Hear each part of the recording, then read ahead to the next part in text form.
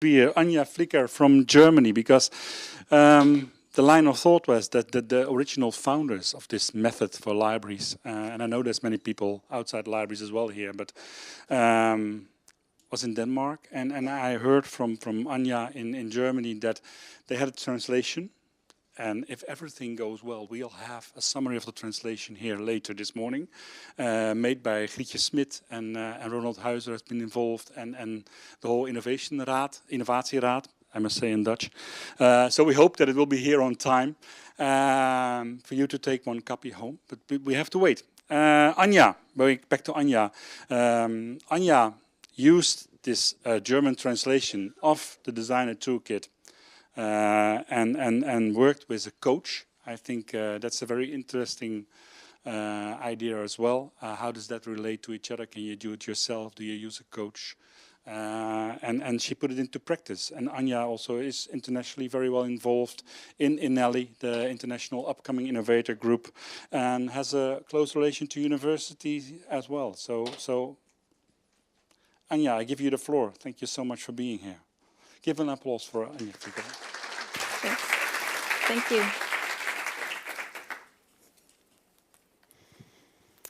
Yes, hello. Thank you for inviting me. I have to have my notes here because I didn't do this this talk in English too often, so please excuse me looking at this iPad maybe from time to time. Okay, now that I heard about the very huge universe again of design thinking from Sitzel, you will see that I will be talking about a very small. We only just stepped into this big universe, and I can only talk about a very small part of it. But maybe it may be interesting for you to hear how to start, how it was for us to start, what we did, and how it felt for us. I will skip this. I'm director of public library in Wuerzburg.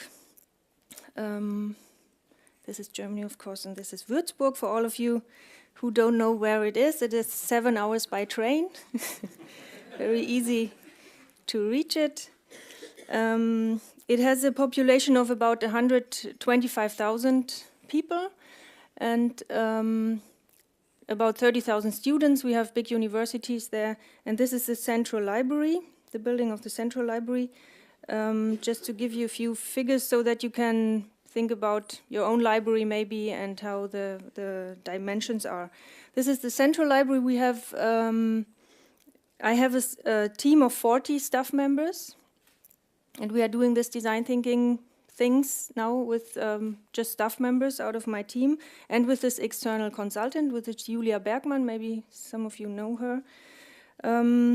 We have 4 branch libraries, and the 5th one is now in construction, under construction. That was the reason to start with design thinking, to develop this new branch library. Inside this building, we have 3,000 square meters public space. We have about 1 million items checked out per year, 180,000 items of media per loan, about 1,500 or 2,000 people per day in the library. So we have very high usage, very high acceptance. The library has a very good image in Wuerzburg. It is very highly appreciated by the population, also by the administration. And the team is, so to say, traditionally very innovative. So when I started working there in 2010, I realized that the team is already very, very innovative, always striving for development, looking for the newest things to do. But nevertheless, I thought that it has been time for going another step. I was allowed to be part of this INELI network, Eric already mentioned. It's an international network of so-called library innovators, funded by the Bill and Melinda Gates Foundation. And when I entered this network and started to hear from all the colleagues, there were colleagues from 25 countries, really all over the world, from African countries, Nepal, India, Aarhus. Marie from Aarhus was in the network, and also Mariken from, hi Mariken, from your country. and colleagues from the US and so on. So a lot of a very widespread variety of people. And when I talked to them, that really opened my my horizon somehow to what public libraries should be and how they could be and what they should offer and what roles they could play. So I took this as an example for how it opened my mind. Like this first sentence, we make a change in people's lives. I didn't hear that before in Germany. We haven't talked about it like this. We can make a difference for people's lives. We can help them with their lives. And I learned there that we should act and plan and do everything we do human and community-centered and aligned around the community needs and not around the library's needs. The thing we work for is not that in the end someone checks out one more book for the statistics, because it's important for the statistic to be in the ranking very high. That was one of the most important things in Wuerzburg when I came there. And then here, talking to these international colleagues, I learned that there is something else about public libraries. It should be that the community needs are fulfilled, that the library does and offers what the community needs. Not what the staff needs or not what the collection needs. And then another thing was that came almost parallel, when the library in bibliotheek was opened. That was the first time that I got to know about Art Voss, and my mind started to think that this new branch library that we were planning should be something like a third place. So I have these two things came together in my mind, and I thought now we have the need to find a method to really find out about these community needs.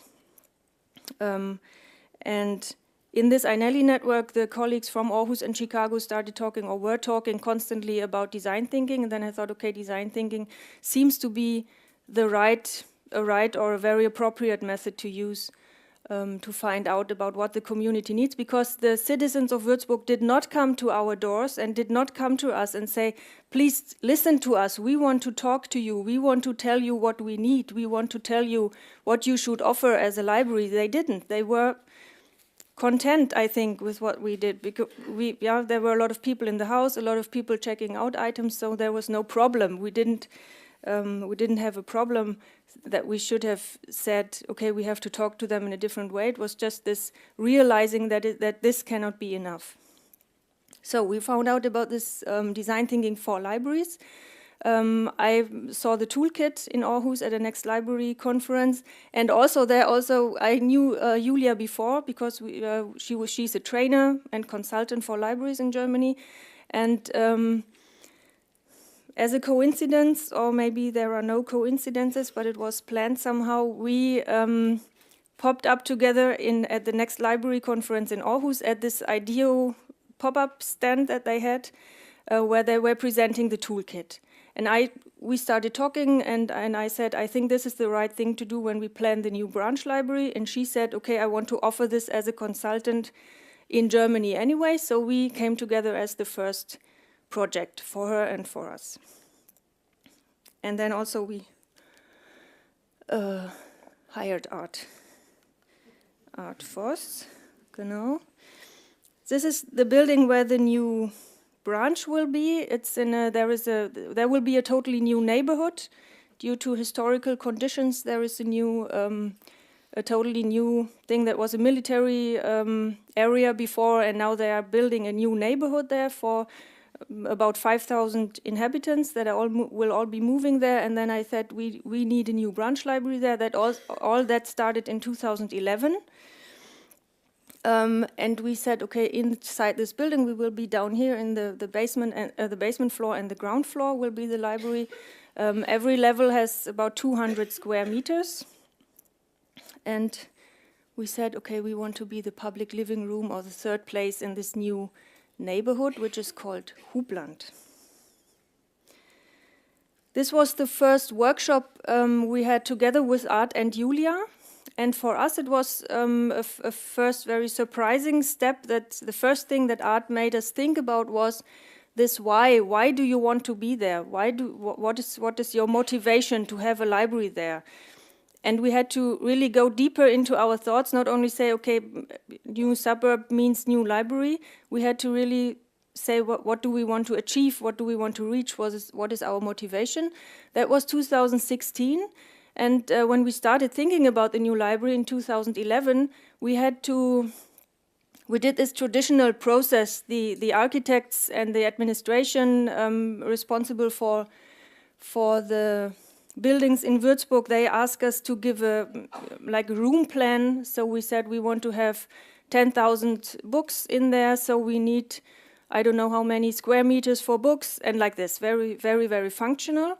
And then Art came and Julia, and they said, let us start somewhere else. Let us start with this why. Why do you want to be there? And that was the first thing that was different for us in our way. Don't worry about the writing. That was when Art wasn't so good in German 2 years ago. He's now very good in German. And this is a mixture of German, Dutch, and English, I think. But out of this, we took our first subjects for our first design thinking teams. So we started the teams in 2017. We started with 4 teams. And each team had one of this subject to now explore about and find out about. This was always said that the new library should be a place of identification. It should be a place of inspiration for the people living in the new suburb. A place of participation, and a third place. So every team had one of those. And the teams consisted of 4 or 5 of my staff members, plus an external person. We had an elderly woman supported one of the teams, a student supported another team. Who else did we have? I don't know, but we have different people from outside the staff members in addition to the teams, and then they started running. We had a lot of workshop time in our place. This is genau. We always had also had fruit as a little after the second and third and fifth workshop. I said, okay, the alibi bananas, because everyone was eating the sweets. And of course, we had the activities and the toolkit. Julia Bergmann translated it to German, so we worked a lot and very page by page with this activity workbook. I can really recommend it. So this is how we got started. Then about the process. The process for us, Julia explained it to us as it splits into 2 phases. The first phase of it is to understand the problem, and then the second is to solve the problem. So start with the first thing, to understand the problem, and to get started is that you get a phrase like this. How could we? Wie könnten wir? These questions always start with how might we. This is one of the method things. How might we? And it has to. You have to have a target group. These are the elderly people.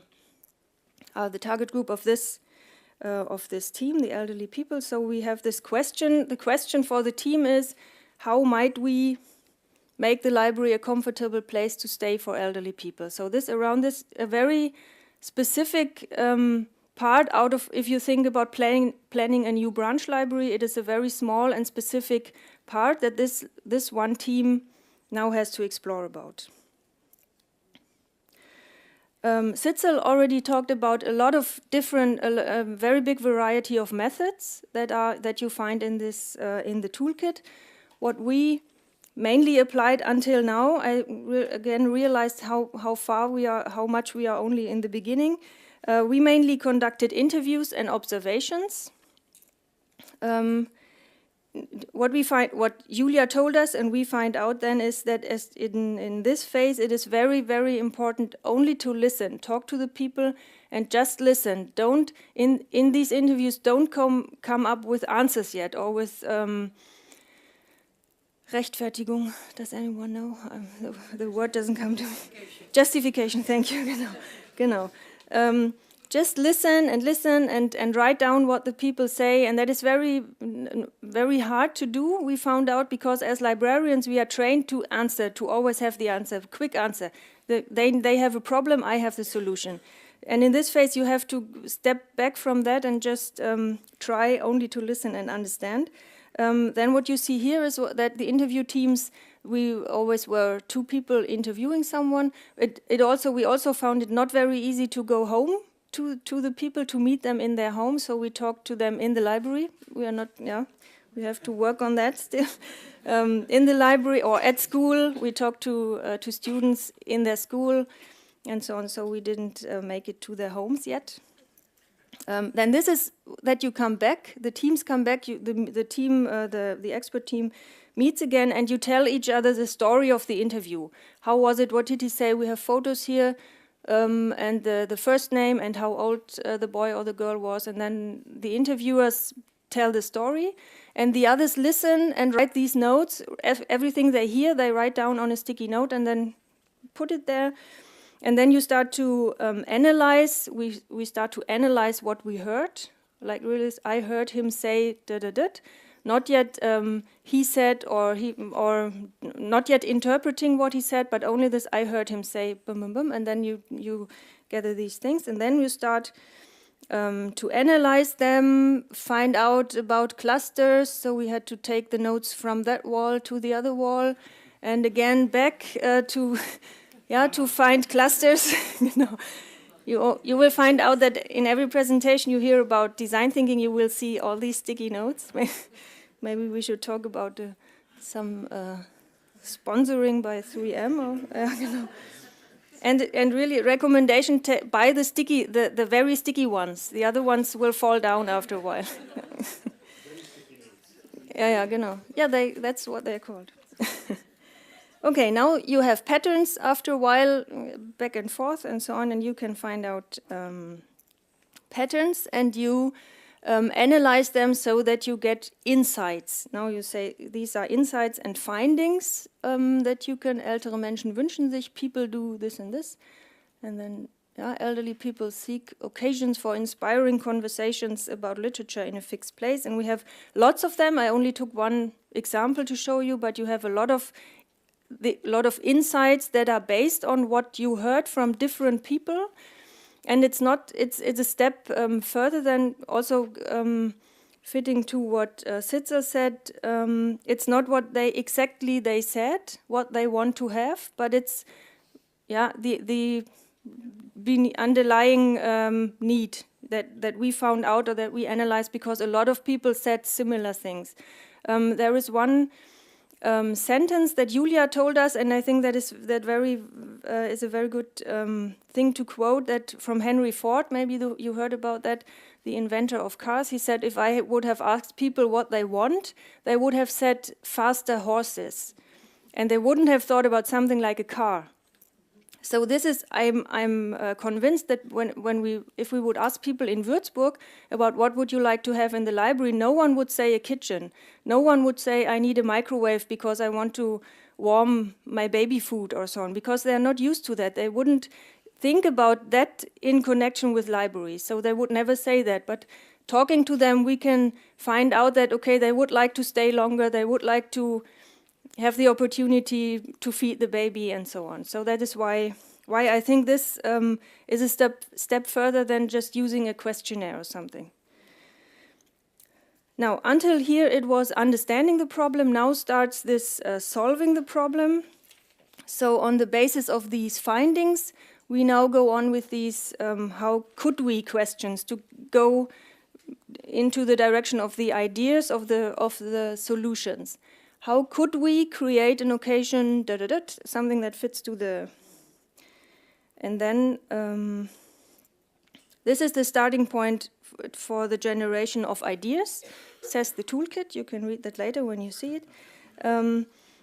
With this how could we questions, we start to elaborate ideas. There is a brainstorming. You have very strict rules sometimes, 7 minutes or 16 minutes for brainstorming. After that, the bell rings, and then you have to just come over with your ideas and so on.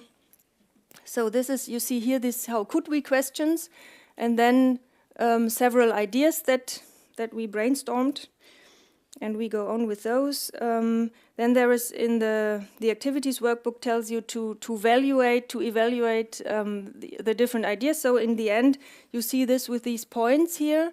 You have to ask yourself several questions, and this gives points, and in the end you come up with one idea that you said, okay, this is the one that seems us to be most appropriate, and also that is one of the things you are allowed to put into points. How much would we like to do this, to conduct this idea to reality? How much would it? How good would? How nice? How fun? How much fun would it be for us? 5 minutes, okay.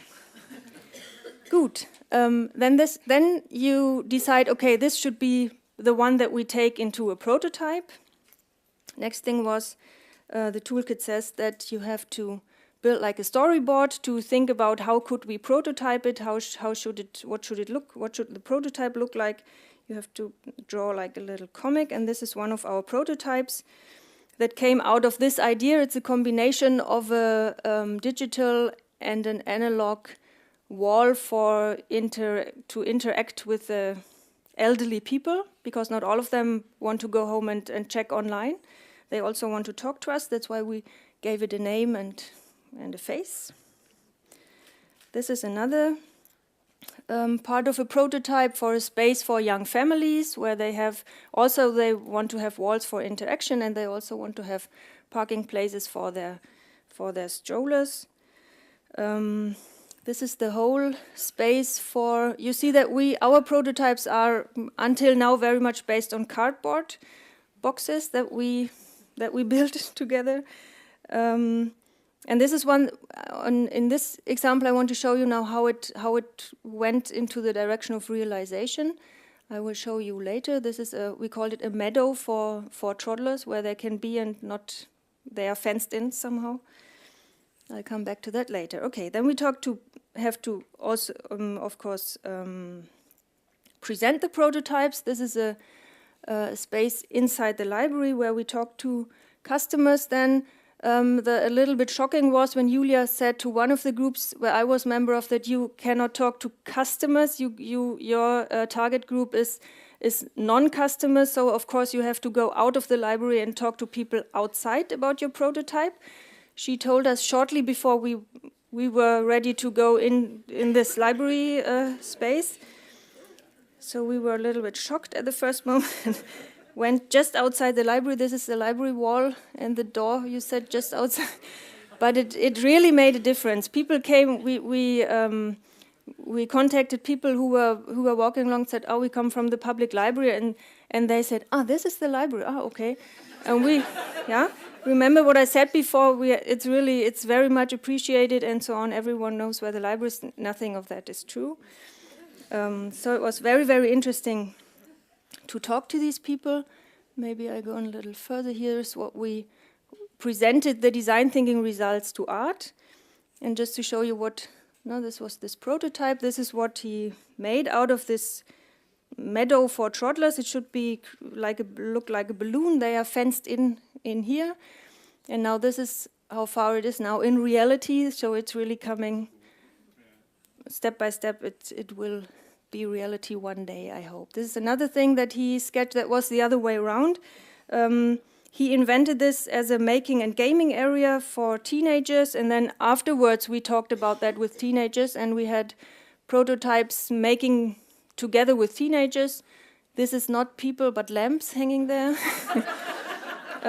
So now it won't be an airship or a zeppelin like in one piece, but it will be something different from a zeppelin. So we did it the other way around also. Then we presented it at an occasion where in the area of this new suburb, people were invited by the city administration. We went there and presented our ideas and our plannings, and there were a lot of people. This is our walls here. This colleague and I were there for 7 hours, and we were talking, each one talking 7 hours from beginning to end to people. There was very, very much interest, very positive and constructed constructive feedback from the people. So that was really a very good thing to be there and to see how they are willing to answer, willing to talk about it once you give them the opportunity.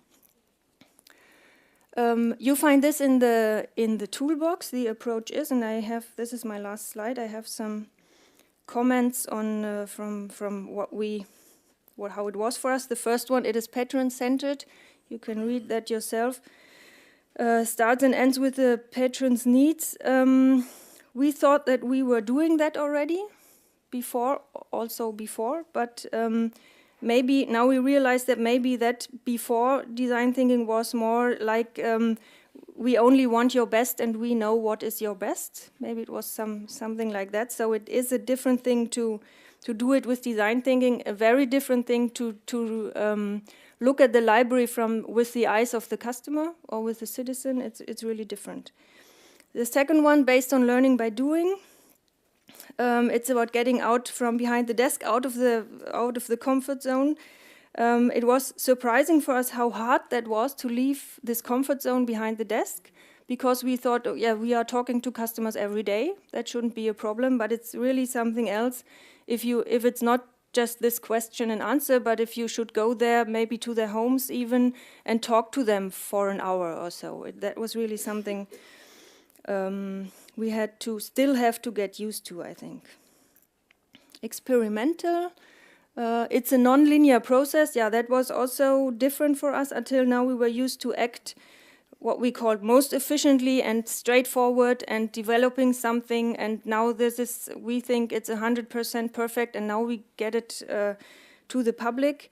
And it's not easy for us to really step backwards and say, okay, this idea, maybe it wasn't that good, or the prototype don't fit, we have to go back and do it again, and so on. That's really not so easy to show imperfection. We are used to everything has to be perfect. So that's something we have to learn. The mindset is freshly naive. You have to act like you learn something about your library, like you know your library so well, but now you have to be open for learning new things. That's also not very easy, because we do know the library so well, and we cannot imagine that there are new things about the library we know so well. So that is really something you have to work on. Creatively content. About losing the fear of failure, that is really hard to, because we are used to, as I said before, knowing the right answer and seeing the beauty in imperfection is not what we were trained, or what we said how we could act. Everything had to be perfect before, so this is new. But it gives you freedom. We experience that it gives you freedom, and that you can let go of this tough perfection thing. And optimistic, always have in mind that in the end it will be good. That is something that I really have to tell my people from time to time, that when we are in a down, say, oh, it's so much effort and so much time and it's so hard and so on, that I was okay, but in the end, and it will be different and it will be good and it is fun and so on. Yeah, I think that was it. Now you will see these, I can really recommend, we really worked hard with this activities workbook. And this is one of my key findings from this Nationale network, that libraries change lives. That's why I put it on the last slide. Thank you so much, Anja. Yeah, thank you for listening.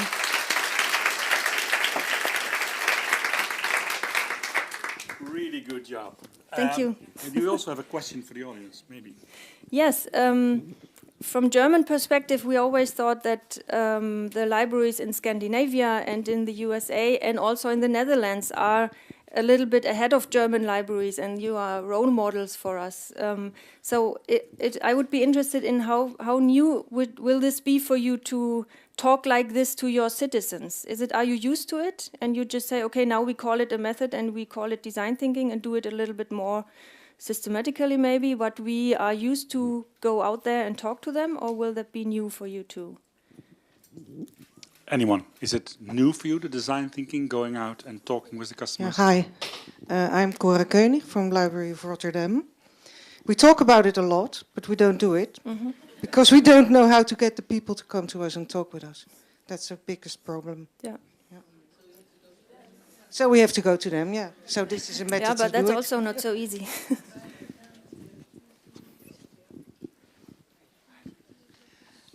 In Delft, I'm from the University Library in Delft. We had a program, but it was originally designed for completely different reasons. But we went out to the student houses to have debates with the rector of our board, and we went to all different student houses to have discussions.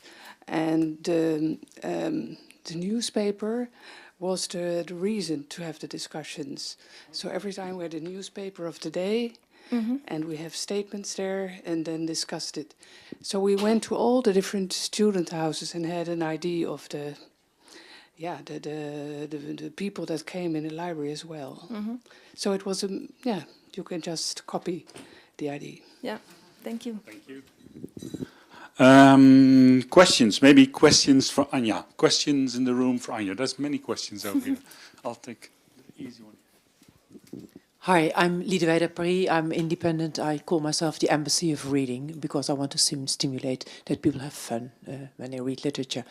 And when you put up the slide about the why, it reminded me a little bit of Sinek, of the Golden Circle, the why, the what, and the how. Is that related to it in any way that you know? I don't know. Okay. I don't know. Okay. Spontaneously, I don't know the model you're talking about. It's a business book, how to focus what you can do and innovate within your company. So maybe, do you know or not? It is. Yeah, Sinek. Read it. Very good little movie on YouTube as well. Okay. It's fun. Thanks. There was a question over there, maybe, Sarah? Oh, Erna here, yeah. Anna Winters, Bibliotheek Kennemerwaard. Could you tell me, you told about the teams that you had someone supporting them, not the coach, but the one from outside, for instance, an elderly person. Did this person also have some sort of group to talk to? Because otherwise you would get the opinion of just one person, and, well, not every elderly person is the same. That was not in the method, but we chose people. The elderly person was one I knew before, and I know that she's a journalist, and I know that she's talking to a lot of people of her age, and she's engaged in very different groups in the city and so on. So with her, I knew it. Then we had the student was a recommendation from another library where he was for a 1-year internship, and now he moved to Wuerzburg. So he wasn't involved with, we hoped that he would be a representative of students who are coming to the city, who are new in the city, and so on. So there are no groups organized for them to go back to and talk to. There was one more, I think. No.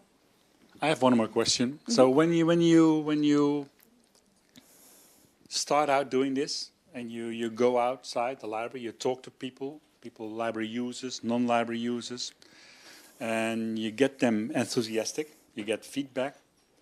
How do you make a community of that? Did you think about that? How we can involve them the next time that we have a question? Did you keep their addresses? Did you somehow connect them or not? We kept their addresses. We also gathered email addresses from those who talked to us in this occasion that we saw, where a lot of people were. But that's all, unfortunately. We didn't invite them yet to look at the construction space or something like that, which would be nice. Also, this elderly woman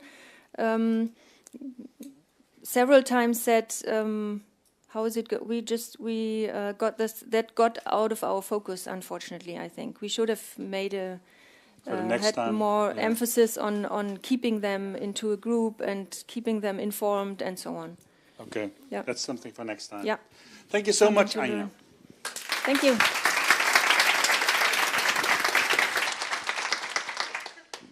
Anja will also